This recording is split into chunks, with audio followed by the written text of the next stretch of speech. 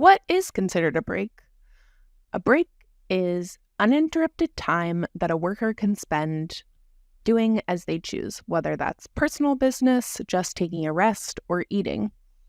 During a break, a worker can't be expected to do any work and is not being watched or monitored by a hiring entity or anyone else.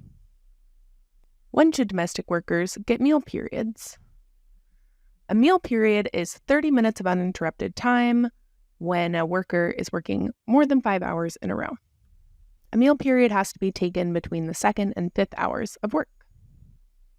When do meal periods have to be paid? Meal periods have to be paid when the worker has to stay at the work site, is on call, and ready to return to work. Meal periods can be unpaid when a worker gets 30 minutes of uninterrupted time where they don't have to stay at the work site and they don't have to be ready to respond to a work-related ask. When should domestic workers get rest breaks? Domestic workers should get a 10-minute rest break for every 4 hours of working time. The break should be no later than the end of the third hour of work in a 4-hour block. Rest breaks are always paid. Rest breaks can happen even when a worker is on call or required to stay at the work site, as long as they can spend the time as they choose and the time is uninterrupted.